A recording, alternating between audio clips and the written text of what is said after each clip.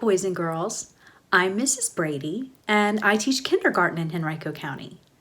In this lesson, we're going to work on comprehension of nonfiction books by focusing on titles, headings, and pictures.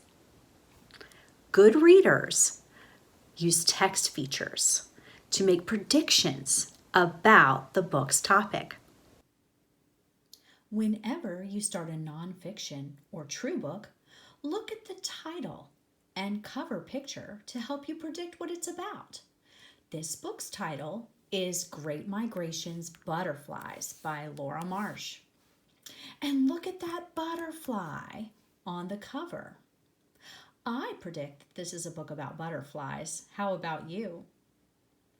Another thing good readers do is to go through the whole book first and try to predict what each section is about by looking at the headings and the pictures. So always just give yourself a little preview. Go through, look at the headings, look at the pictures in each section, and get an idea of what it is that you're about to learn about in this great nonfiction book. Once you've gone through the whole book and gotten yourself all ready, you are ready to start the book. I like going through and previewing because it's sort of like playing a guessing game and using the text features as clues to figure out what the author is telling us in each part of the book. Now I'm going to demonstrate for you how to make predictions using the header and pictures with this first section. So first I'm going to read the header, Amazing Monarchs. Now what do I see in the pictures? I see a monarch butterfly over here. And I see the earth over here with red movement lines all around it. And I know those are movement lines because I learned about that from my art teacher.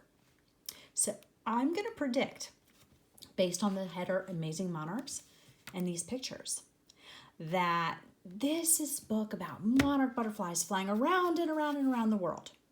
Now, let's see, based on my predictions, if I'm right. Let's read what the author wrote to see if I predicted correctly. What insect is black and orange and flies the farthest of any on Earth? You guessed it, a monarch butterfly. Monarch butterflies migrate 2,000 to 3,000 miles. They travel to the forests of Mexico from the United States and Canada and back every year. Since butterflies are so small, a mile is much farther for them than for people. A butterfly's 2,800-mile trip is like a person traveling 275,000 miles. That's like walking around Earth 11 times. So boys and girls, my prediction was close. Monarch butterflies do fly a very long way from Canada and the United States down to Mexico.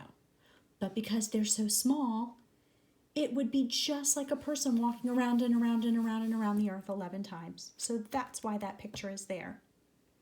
And that is how you use this strategy and skill. Sometimes headings alone can't help us to understand what a part of a book is about. So always cross-check with pictures. For example, this heading says, it takes the whole family. Now, I don't know about you, but when I hear the word family, I think of a group of people who live together.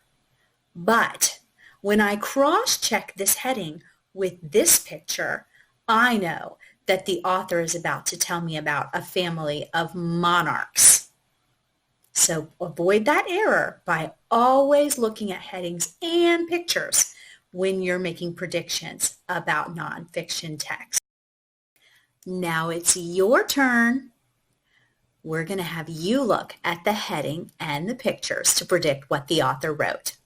So first look at the heading. Here's the big one right here, tiring travel. And here's a smaller one here that says monarch tracking. Now look at these pictures. Look at these pictures here. Okay? I will give you a few more seconds to predict what you think this part of the book is about. Now, let's read the words to see if your predictions were correct. Tiring travel. Did you know that migrating monarchs can fly up to 30 miles an hour? That's about 3 times faster than we can run. Monarchs usually fly 50 to 100 miles a day when they are migrating, but the farthest recorded monarch travel is 265 miles in one day. Ooh, that's tiring just to think about.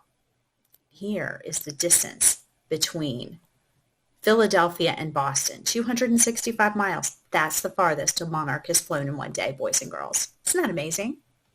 And over here it says monarch tracking. Scientists learn about monarchs by tracking them. Small tags are put on monarchs' wings. If a tagged butterfly is caught, the tag number, date, and place are entered into a website. Then scientists know how many miles the butterfly flew.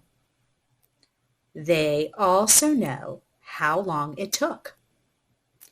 You can help tag monarchs too. To find out more, go to www.monarchwatch.org.